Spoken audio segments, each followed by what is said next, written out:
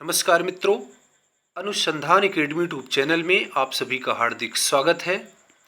मित्रों, आज के इस वीडियो में सरकारी कर्मचारियों के लिए एक बहुत ही बड़ी अपडेट को लेकर के उपस्थित हुआ हूं। जी हाँ मित्रों, भारत सरकार द्वारा सरकारी कर्मचारियों को पेंशन से संबंधित एक और लॉलीपॉप दिया गया है, जिसको लेकर के आपको बहुत खुश होने की आवश्यकता नहीं है।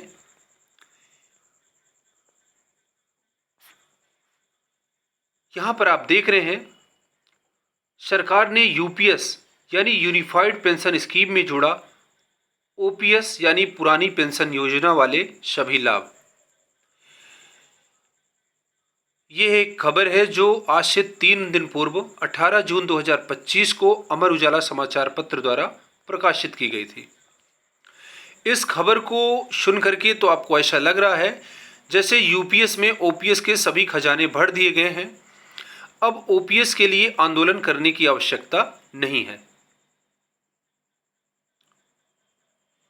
लेकिन आपको इस खबर को सुनकर के बहुत ज़्यादा खुश होने की आवश्यकता नहीं है, क्योंकि ओपीएस के लिए सरकार द्वारा ऐसी कठोर पात्रताएं निर्धारित की गई हैं, ऐसी कठोर शर्तें निर्धारित की गई हैं जिनको आप इस जन्म में पूरा नहीं कर पाएंगे और करना भी नहीं चाहेंगे। ये पात्रताएं क्या हैं? सरकार द्वारा 3 पात्रताएं निश्चित की गई हैं, 3 शर्तें हैं। ओपीएस प्राप्त करने की 3 शर्तें हैं। पहली है, यदि आपकी मृत्यु हो जाती है तो आपको ओपीएस दिया जाएगा। मतलब जब तक आप जिंदा रहेंगे तब तक सरकार आपको ओपीएस नहीं देगी। आप जीवन भर आंदोलन करते रहेंगे लेकिन ओपीएस नहीं मिलेगी। लेकिन जैसे ही मर जाएंगे, इस दुनिया में नहीं रहेंगे, तो आपके जो आश्रित होंगे उनको ओपीएस चुनने का विकल्प होगा। कुल मिला के जो कर्मचारी नौकरी कर रहा है उसको विकल्प नहीं मिलेगा, उसके मरने के बाद उसको ओपीएस चुनने का विकल्प दिया जाएगा। दूसरी बात है, यदि आप दुर्भाग्यवश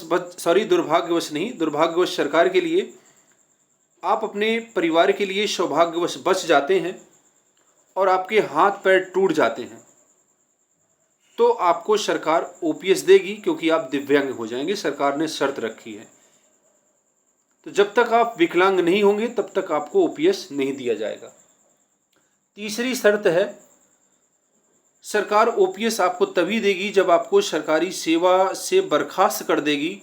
नौकरी पूरी होने की पहले ही सरकार बर्खास्त कर देगी, तब आपको सरकार ओपीएस चुनने का विकल्प देगी। कुल मिलाकर के सही सलामत स्थिति में जिंदा और स्वस्थ रहने पर सरकार आपको कुछ देने वाली है नहीं। इसलिए आपको खुश नहीं होना है, बल्कि आंदोलन और तेज कर देना है।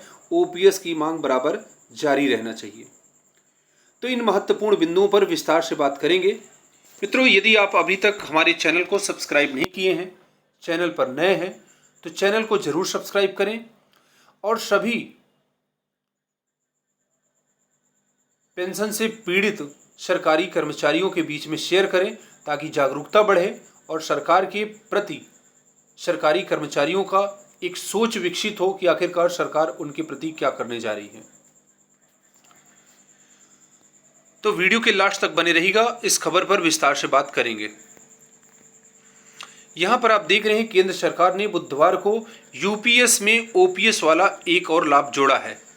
इसमें एनपीएस और ओपीएस के समान डेथ कम रिटायरमेंट ग्रेच्युटी और सर्विस के दौरान मृत्यु या दिव्यांगता होने के मामले में ओल्ड पेंशन स्कीम का लाभ देगी। यहाँ पर आप देख रहे हैं, दिव्यांगता के मामले में या फिर मृत्यु के मामले में या फिर बर्खास्त होने के मामले में आपको सरकार ओपीएस का लाभ प्रदान करेगी।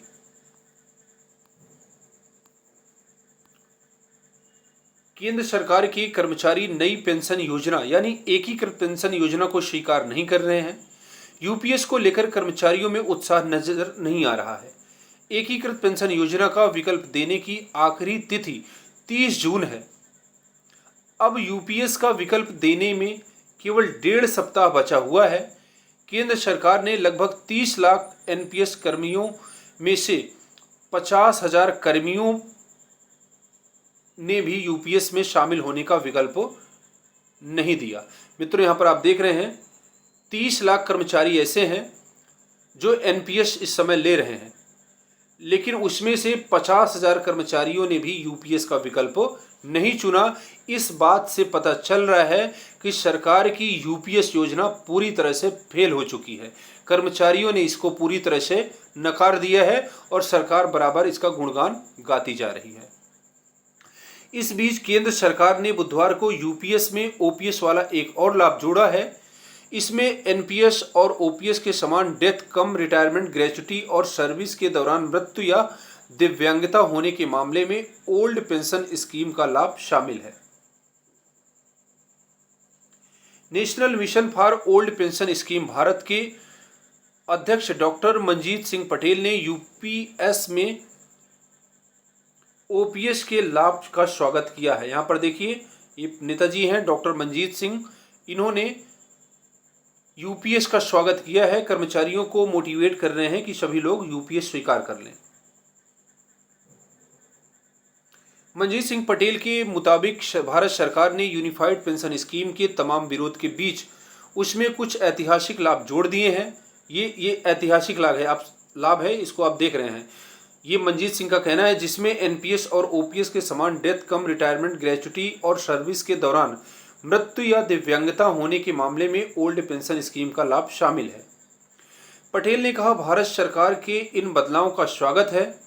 भारत सरकार ने यूपीएस में डेथ कम रिटायरमेंट ग्रेच्युटी को एंडोर्स करके कर्मचारियों के बीच इस संशय को खत्म कर दिया है कि डेथ या डिसेबिलिटी की स्थिति में ओपीएस वाले लाभ नहीं मिलेंगे। सर्विस के दौरान कर्मचारी की डेथ या डिसेबिलिटी होने की दशा में भारत सरकार ने एनपीएस की तरह ओल्ड पेंशन स्कीम का विकल्प का लाभ देकर न्याय किया है। इस बाबत national mission for old pension scheme Bharat के डेलीगेशन ने 24 फरवरी को कार्मिक एवं पेंशन मंत्रालय के मंत्री डॉक्टर जितेंद्र सिंह से मुलाकात की थी। मंत्री से यह आग्रह किया था कि यूपीएस का विकल्प चयन करने के बाद अगर किसी कर्मचारी की रिटायरमेंट से पहले डेथ या डिसेबिलिटी हो जाती है तो उस स्थिति में कुछ भी क्लियरिटी नहीं है, उसे किस प्रकार की पेंशन या फैमिली पेंशन मिलेगी। डॉक्टर जितेंद्र सिंह ने उक्त विषय को गंभीरता से लिया। उन्होंने बाकायदा national mission for old pension scheme Bharat के डेलीगेशन के साथ उक्त विषय पर चर्चा की थी। मंत्री जी ने यह आश्वासन दिया था कि इस मुद्दे का समाधान निकाला जाएगा। अब उसी के तहत यूपीएस में यह संशोधन किया गया है। यहाँ पर आप देख रहे हैं मंत्री जी ने कितना गंभीरता से लिया है। अब अगर ऐसी स्थितियों में भी मरने के बाद उनको सरकार सुरक्षा दे, आर्थिक सहायता दे, इसके लिए यदि कर्मचारियों को मांग करनी पड़े, तब आप समझ सकते हैं कि सरकार और मंत्री जी कितना गंभीर है। इन सब चीज़ों को मांगने की आवश्यकता नहीं है। एक लोक कल्याणकारी राज्य में कर्मचारी जो सरकार के लिए हमेशा खड़े रहते हैं, उनको मरने के बाद पेंशन देना, ये सरकार के द्वारा किया जाने वाला कार्य कर्मचारियों के प्रति कितना न्याय संगत है, इस संबंध में आप ही लोग अपना विचार दे सकते हैं। बतौर पटेल, जब से यूपीएस का विकल्प आया है तभी से all India NPS employees federation द्वारा इस मुद्दे को उठाया जाता रहा है। अभी तक यूपीएस का विकल्प चयन करने के बाद अगर किसी कर्मचारी की रिटायरमेंट से पहले डेथ या डिसेबिलिटी हो जाती थी तो उस स्थिति में कुछ भी नहीं मिलता था। कर्मचारी असमंजस में थे कि उन्हें किस प्रकार की पेंशन या फैमिली पेंशन मिलेगी। अब भारत सरकार ने यूनिफाइड पेंशन स्कीम में सेवा काल के दौरान मृत्यु या डिसेबिलिटी होने पर एनपीएस की तरह ही पुरानी पेंशन का भी विकल्प जारी कर दिया है। साथ ही यूनिफाइड पेंशन स्कीम में भी ग्रेच्युटी का प्रावधान किया है। पटेल जी ने कहा है कि एनपीएस हो या यूपीएस, कर्मचारी हर हाल में ओल्ड पेंशन स्कीम की सभी सुविधाएं लेकर के रहेंगे।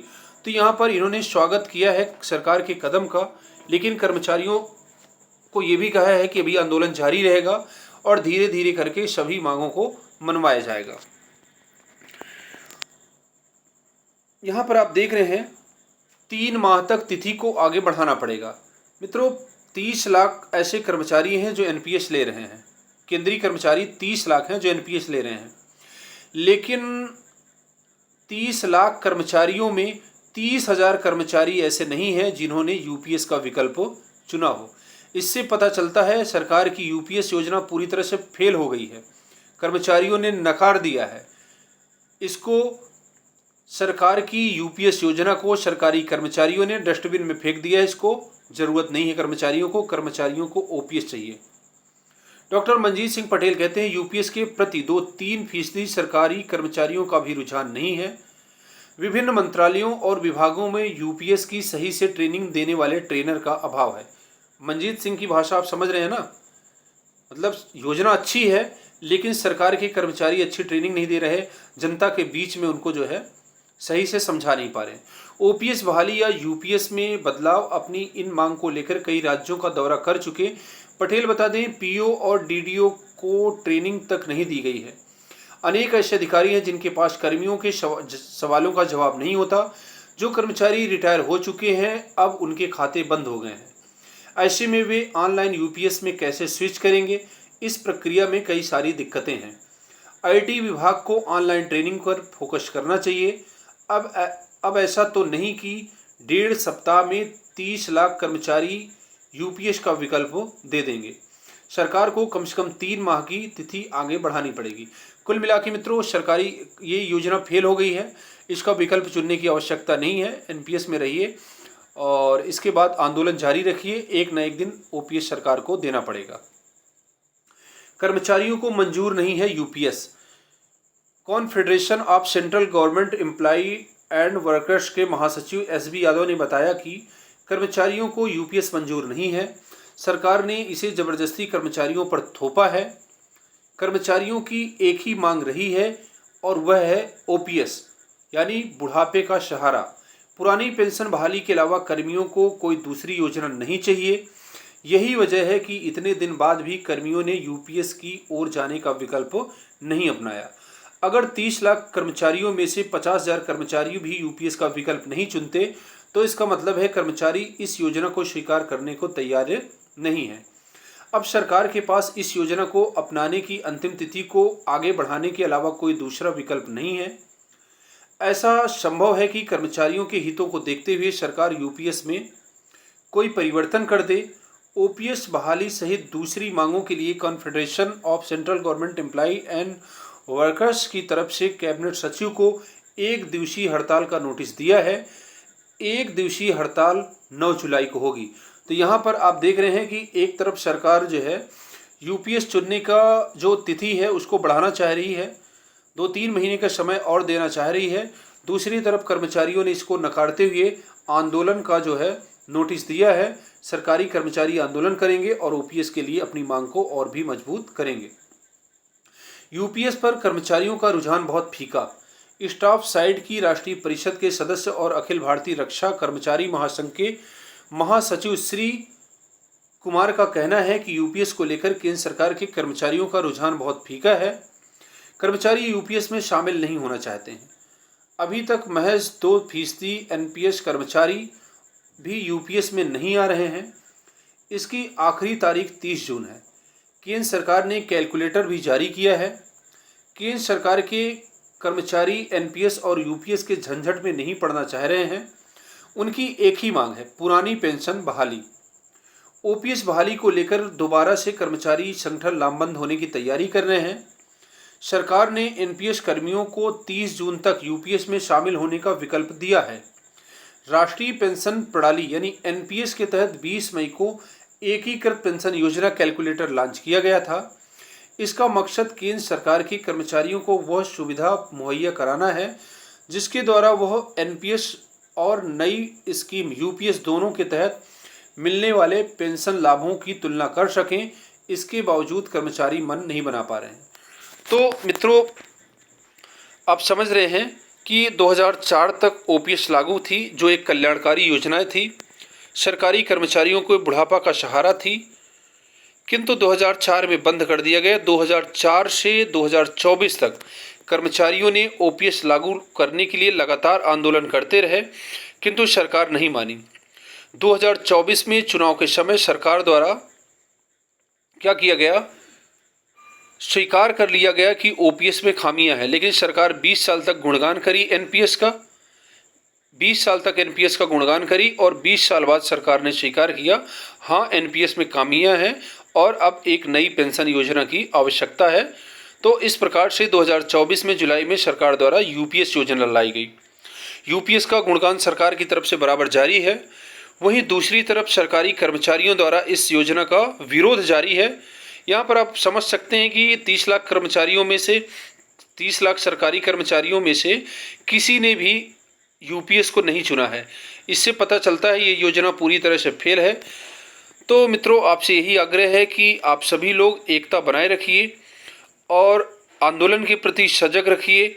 जहां भी आंदोलन हो आप वहां पर पहुंचिए ताकि सरकार पर दबाव बना करके और अंततः धीरे धीरे करके सरकार को बैकफुट पर आना पड़े और ओपीएस पूरी तरह से कर्मचारियों के लिए लागू करना पड़े। तो इसके लिए आपको कटिबद्ध रहना पड़ेगा, आंदोलन जारी रखना पड़ेगा, तभी ओपीएस आपको मिल पाएगा। तो मित्रों, आज के लिए बस इतना ही। मिलते हैं नेक्स्ट वीडियो में। यदि वीडियो आपको अच्छा लगा हो तो वीडियो को लाइक करिए, सब्सक्राइब करिए व अधिक से अधिक सरकारी कर्मचारियों के बीच में शेयर करिए ताकि ओपीएस की मांग को और भी मजबूत किया जा सके। हमारा चैनल है ओपीएस के लिए पूरी तरह से समर्पित है और ओपीएस की हर एक मांग को आप तक पहुंचाएंगे। धन्यवाद।